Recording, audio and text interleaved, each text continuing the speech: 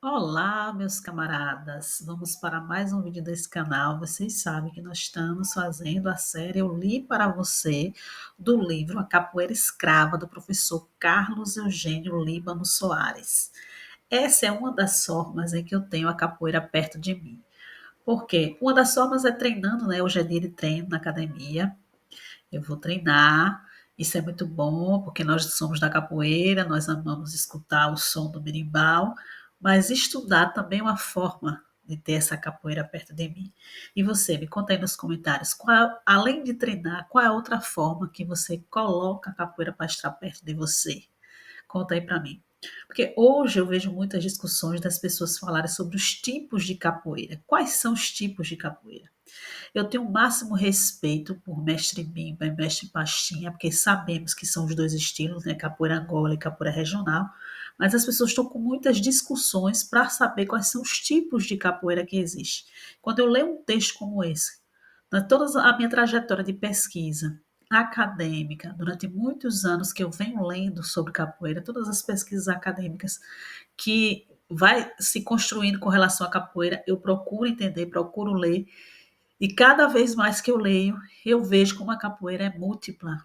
E um texto como esse, que é a ancestralidade muito mais antiga, né, do que essa questão de estilo, de tipo de capoeira, é que a gente percebe que ser capoeira é muito mais do que definir um tipo, definir um estilo.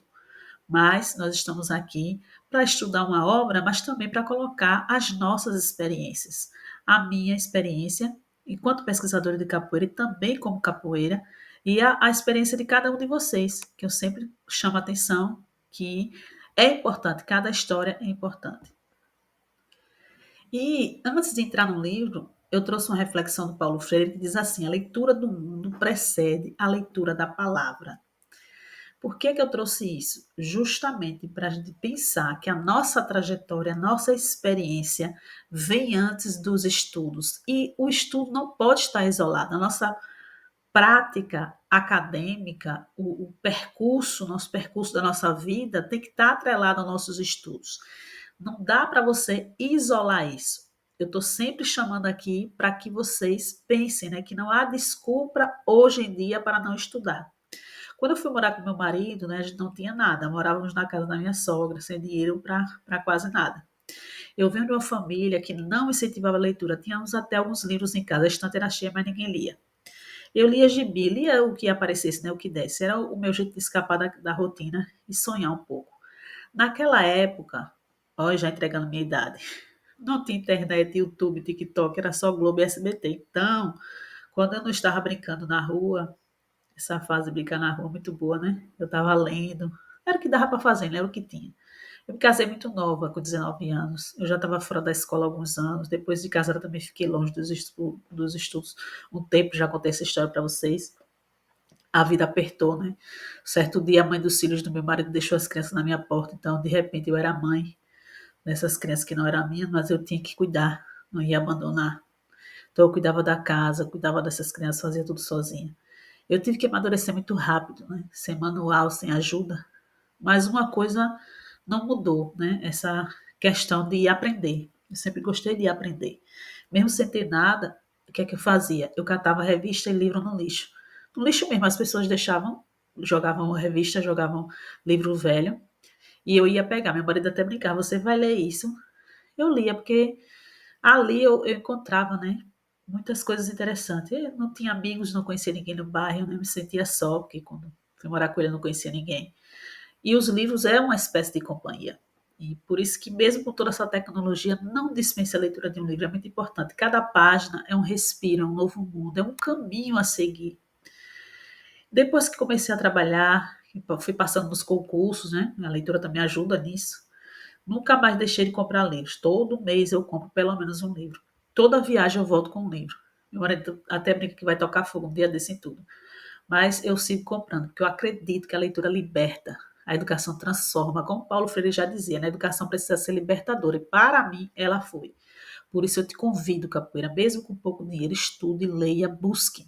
Hoje você tem internet, celular, né? Tá aí na palma da sua mão, texto gratuito, Google, inteligência artificial. Inclusive, se você digitar meu nome no Google, você vai achar muitas coisas que eu já publiquei sobre a capoeira e sobre a história da capoeira.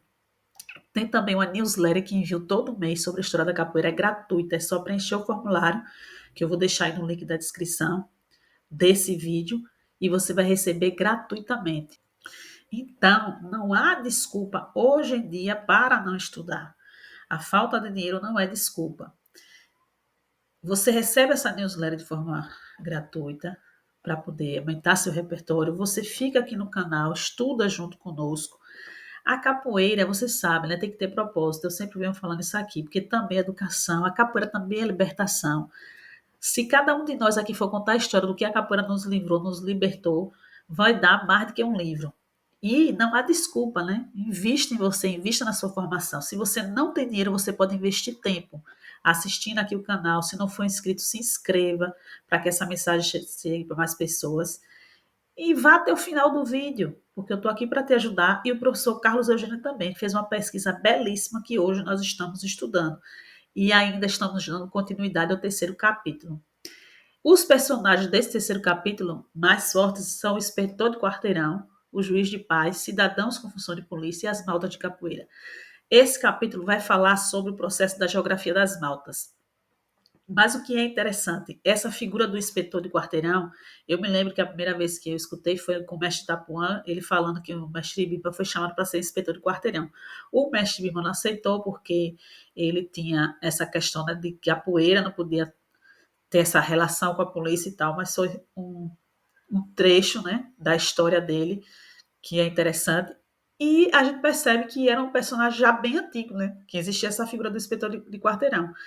E a sociedade que se voltava contra essa questão das maltas de capoeira, porque realmente era um problema social muito grave, tinha aqueles policiais à paisana, que eram cidadãos comuns e que faziam essa função de polícia, porque como eram muitas, né, muitos grupos, muitos negros, pardos e capoeiras, né, nas ruas da cidade do Rio de Janeiro, tinha essa preocupação da guarda não dar conta, porque eram poucos policiais para ele até fala a cidade escrava, né, para muitos escravos, escravizados, na verdade, né?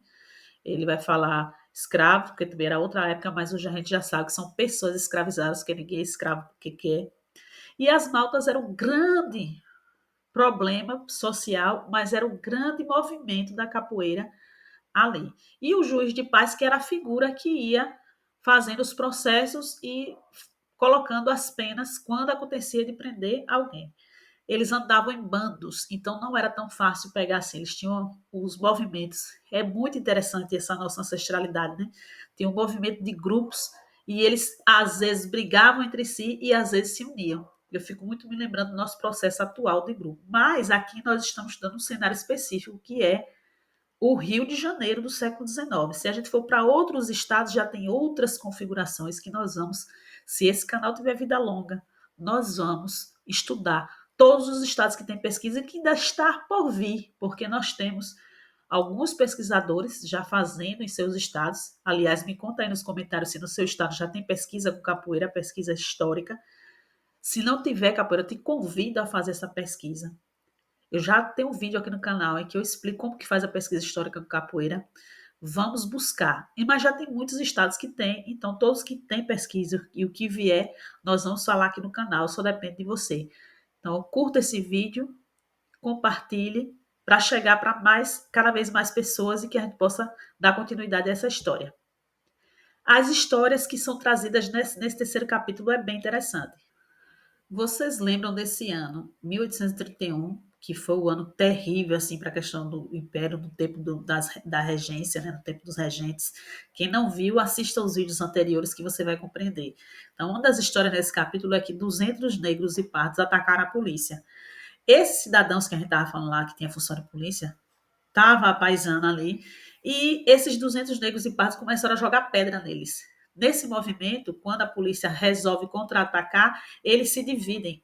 Cada grupo vai para um lado diferente. E aí o juiz de paz vai falar justamente a organização desses grupos, né, dessas maltas de capoeira, de atacar e depois se separar. Ou seja, não foi uma situação em que eles não sabiam o que estavam fazendo, ou estavam atacando por atacar. Foi tudo arquitetado, organizado, e depois só foi preso 2 ou foi 3 que foram presos desses 200. Por isso que o juiz de paz sempre estava chamando a atenção do terror que esses capoeiras causavam. São histórias que tem nesse capítulo que o professor Carlos Eugênio vai trazendo e que vai aguçando a nossa imaginação. A gente fica pensando, nossa, como os nossos ancestrais eram corajosos, né? Como eles defendiam e lutavam pelos que eles queriam. E aí, também nesse capítulo, ele vai falar do inspetor Pedro Luiz da Cunha e o oficial de justiça Manuel José Moreira Otaviano, que eles circulavam, né, para poder dar essas ordens de prisão, mas muitas vezes eles ficavam impossibilitados de fazer qualquer coisa, porque os capoeiras eram muitos. Eles estavam lá, aí eles tinham aquela estratégia de ir nas casas de quitandas, né, das Pretas Minas, eu já falei também para vocês, e era um movimento em que os capoeiras se reuniam. E às vezes eles passavam em correrias. Lembra que até na lei, quando a capoeira foi proibida, eles falam isso na própria lei, no texto da lei, que é proibido fazer correrias nas ruas, porque eles passavam correndo e muitas vezes assoviando. Tem até essa parte do texto que o professor Carlos Eugênio traz. Um na frente correndo, um grupo correndo, outro grupo correndo atrás e assoviando, ou seja, cada assovio daquele tinha um significado, um símbolo em que se identificava a qual malta pertencia, a qual grupo de capoeira naquele momento pertencia, e muitas vezes pedindo socorro, né, para poder os companheiros ajudarem. E a polícia ficava de pés e mãos atadas. Esse Pedro Luiz da Cunha e o Manuel José Moreira Otaviano, nesse episódio em que eles vão para a quitanda para tentar pegar esses capoeiras, eles ficam totalmente encurralados. Por quê? Não conseguia encontrar a polícia, né? Mal conseguia encontrar a cavalaria, porque tinha uma multidão nesse momento específico, que era uma festa, e nessa festa, geralmente as festas católicas, né, os capoeiras se aproveitavam, a gente já falou disso também aqui no canal, se aproveitavam naquele momento para poder fazer todo o movimento. Inclusive, quando você vai estudar capoeira em Pernambuco, você vai perceber como que surge o movimento do frevo a partir de algo muito parecido com isso. Nas festas existiam as rivalidades e essas movimentações da capoeira acabam surgindo, claro, com suas particularidades, que cada estado tem sua particularidade, mas acaba surgindo a capoeira também, faz com que surja o frevo dentro desse movimento.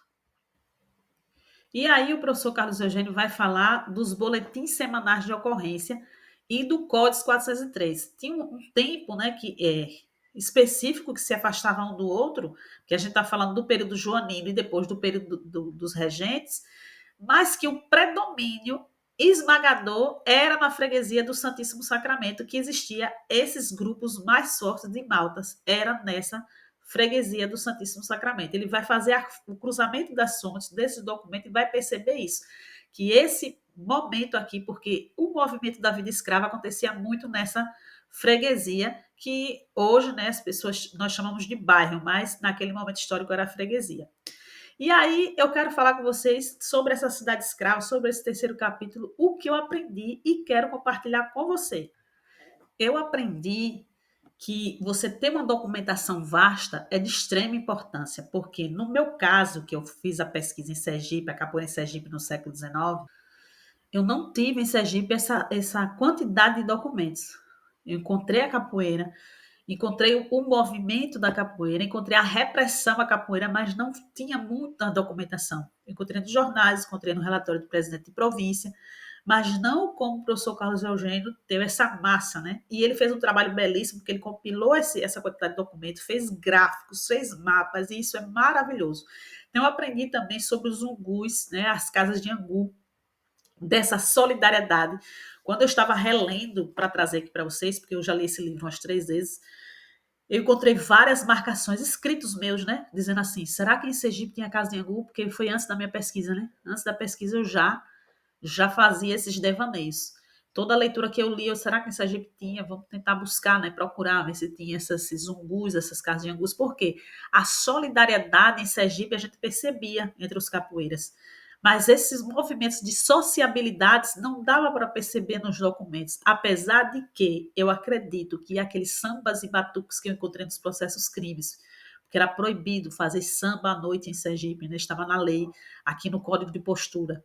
Como era proibido, sempre estava lá no processo crime sambas e batuques, não tinha capoeira. Naquele documento específico eu encontrei nos jornais, como eu já falei, encontrei no relatório do presidente de província, mas não encontrei no processo crime, como encontrou o professor Carlos Eugênio. Então, ali em Sergipe, né, aqui em Sergipe, eu percebi essa questão da solidariedade, mas não essa sociabilidade que talvez tivesse nos sambas e batuques, mas não tem como a gente ter essa confirmação como o professor Carlos Eugênio teve. Tem lá a documentação mostrando as casas de angus, zungus, né? Onde os negros livres, os escravizados, todos se encontravam ali para dançar, para brincar, para jogar capoeira. E isso é bem interessante. Mas eu sempre estou aqui aprendendo e compartilhando com vocês. Trouxe aqui o que o professor Carlos Eugênio traz na página 195. O que podemos inferir em uma análise comparativa entre os dados dos censos e aqueles referentes às fontes policiais? Sucede o esperado com o predomínio da região do Sacramento, lembra que a região do Sacramento era a que tinha mais sorte, né, capoeira, como o polo mais importante de moradia escrava, mas a proporção é sensivelmente diversa. Sacramento se destaca como locus da resistência escrava na cidade e das ações dos capoeiras, do que como zona concentradora da massa de cativos urbanos. Assim, a questão deixa de ser puramente numérica e passa a implicar a leitura política que escravos, seus próximos, escravos e seus próximos, né? No erro de digitação ali, mas tudo bem, dá para entender. Quais são os próximos dos escravos? Negros livres e libertos. Tinham da cidade ou de uma parcela dela. Aqui nós temos um ponto muito importante também, porque como o Rio de Janeiro era a capital, o que acontecia? Muitos censos. Então, essa contagem de escravizados, de libertos, também é importante na hora da pesquisa, na hora da documentação. Então, o Rio de Janeiro ainda tem muita coisa, que o próprio professor Carlos Eugênio fala isso, que ainda tem muita coisa a se pesquisar, então o que é Rio de Janeiro não acabou. Nós temos o professor Antônio Liberac, que já pesquisou também sobre o Rio de Janeiro, eu tenho um livro aqui. Temos também outras pesquisas muito interessantes com relação ao Rio de Janeiro, que não está nessa obra, mas que veio depois, como o do Columar, que é um livro fantástico, né, sobre a questão da própria navalha. Lá ele fala do berimbau, a navalha e a questão educacional. Eu acho um livro muito bom também. Mas aqui a gente trazendo essa questão mais ancestral, mais desse processo do início do século XIX, que é bem interessante para a nossa pesquisa, né? Para a pesquisa de cada um de vocês que resolvam pesquisar historicamente nos seus estados. Então, meus camaradas, outro ponto importante desse capítulo são as irmandades. Em Sergipe, a gente tinha a Cabana do Pai Tomás, quem tiver interesse também é muito, né? Cada estado tinha suas irmandades, as irmandades de pessoas negras, em que eles se uniam ali e tinha muitos registros. No Rio de Janeiro, tinha várias irmandades, o professor Carlos Eugênio destaca algumas, e fala também que nesses registros dá para perceber as nações em que os capoeiras pertenciam, em que aqueles escravizados pertenciam, não só escravizados, mas também livres e libertos. Pense nisso. As pessoas negras circulavam na cidade, não eram só escravos. Existiam vários processos, inclusive no Brasil tem algo interessante, nós já falamos aqui, que é a questão do escravo de ganho, que também é outro processo interessante que só aconteceu no Brasil. Por isso que eu acredito que a capoeira é brasileira, porque só foi possível nesse contexto sócio-histórico, político, social do Brasil. Muito obrigada. E eu gostaria de saber se vocês têm pergunta para mim, né? Esse livro é um livro maravilhoso, nós estamos estudando aqui, mas também eu trago a minha pesquisa, me trago as minhas impressões. E não deixe, né? Quem tem a obra, acompanha aí junto, né? Vai lá na leitura, coloca aí nos comentários. Quem não tem a obra, quiser adquirir, tem link aí na descrição. Quem não pode comprar, como eu já falei, fica aqui no canal, vamos aprender juntos e juntas. Tem várias formas hoje gratuitas de estudar. Eu tenho vários textos aí pela internet. Tem o nosso grupo do WhatsApp, que também fica no link na descrição do vídeo, se vocês quiserem entrar de vez em quando a gente. Ontem mesmo eu coloquei um texto sobre a capoeira da infância, um texto que eu escrevi alguns anos atrás, logo no início do doutorado, depois eu mudei um pouco minha pesquisa. Eu vou colocando texto, às vezes sai alguma conversa, algum debate sobre a capoeira, então é uma forma também de estudar. Então, deixe seu comentário, deixe sua pergunta, porque é muito importante que a gente escreva aqui nos comentários do vídeo, para que outras pessoas vejam e possam também se interessar em assistir, se interessar em estudar. Tem vários comentários no vídeo passado, mas eu trouxe um que eu achei interessante. Capo Educação, acho que é assim, né? Que eu não sei. Capo Educação perguntou assim: quais os nomes dos capoeiristas brancos do Império que eram famosos? Aqui está a minha resposta que eu vou falar para vocês. Na época, não se denominava capoeirista, pois essa denominação começa no debate da capoeira como esporte no início do século XX. Nós já falamos isso aqui no canal, também já conversei com vocês sobre essa questão da capoeira como esporte, desse termo capoeirista, que é algo da educação física, né, como futebolista, como ciclista, ou veja, capoeirista. Não é uma coisa da nossa raiz da capoeira, então não era assim que era denominado. Senão a gente comete, que na história chama de anacronismo. Se a gente chamar de capoeirista aqueles indivíduos que era do século XIX, a gente está cometendo anacronismo. Eles eram capoeiras, assim eram denominados. Esse debate também eu faço no e-book que eu criei para você estudar de uma forma mais didática. Quem pode investir um pouquinho é bem barato, alguém que possa investir. Vou deixar também no link da descrição, Metodologia do Ensino da Capoeira, volume 1. E nesse momento, é o último momento para ter uma reunião em que eu vou contribuir com o seu projeto. Amanhã, dia 10 de julho, às 19h30, nós vamos nos encontrar em uma reunião online, ao vivo, todos aqueles que adquirirem o e-book, e aí eu vou tirar suas dúvidas sobre o seu projeto de capoeira. Você está escrevendo algum projeto, está escrevendo um TCC, um artigo, um livro, um projeto para a escola, qualquer coisa, qualquer escrita com capoeira, eu estou aqui para te ajudar. E nessa reunião, que eu falo assim, que vai ser a última nesse processo do e-book, não sei quando teremos outra por conta mesmo, que tempo hoje é o nosso bem mais valioso, né? Então, nesse momento é a última oportunidade. Se você está assistindo esse vídeo após 10 de julho, não teremos mais essa promoção da consultoria, mas nós teremos o e-book que vai estar disponível aí para vocês adquirirem. Quem quiser investir um pouquinho na sua formação, na sua educação, depende do momento de cada um. É um texto didático, né? Onde eu compilei os pontos mais importantes, tem essa discussão lá na capoeira como esporte. Mas eu continuei lá dizendo para ele, né, que naquele momento histórico eram capoeiras, em sua maioria negros, crioulos, boçais e ladinos, a gente já estudou aqui. Os documentos em relação aos brancos começam a surgir, mas muito mais no período republicano, como no caso de Juca Reis. Vocês lembram que a gente falou sobre os cronistas que escreveram no final do século XIX sobre o início do século XX, que queriam tirar o protagonismo negro da história da capoeira, que queriam inverter a situação, trazer como se os brancos fossem os inventores da capoeira, e depois que os brancos são os bonzinhos e que os desordeiros eram os negros. Então a gente tem que ter muito cuidado com esse discurso. Eu trouxe isso para vocês prestarem atenção. Como que fazem com a nossa cabeça, né, para que a gente esqueça o protagonismo, a resistência e a luta negra, né? Isso é muito importante. Mas Juca Reis, por exemplo, foi no final do século XIX, que foi período republicano, não no período imperial. No meu caso, em Sergipe, tem Vitor Manuel Fontes, né? No meu livro Escorregar Não É Cair, um Jeito que o Corpo Dá, eu demonstro lá capoeira em Sergipe no século XIX. Mas eu digo, como eu disse para ele lá em resposta, eu digo para vocês, acompanhe o canal, que já tem vários vídeos e muitas pesquisas que eu ainda trarei aqui no canal. A literatura nos indica alguns nomes, né? Como Major Vidigal, lembra da playlist? Assistam a playlist da Capoeira Escrava que vocês vão entender. Eu fico muito feliz, eu disse para ele, fico muito, ele ou ela, né? Do canal, né? Ele o canal. Fico muito feliz e grata pelas perguntas. Então, perguntem, questionem, vamos conversar. O que eu não souber, eu vou pesquisar, porque nós estamos aprendendo aqui cotidianamente, todos os dias. Eu leio e escrevo sobre capoeira.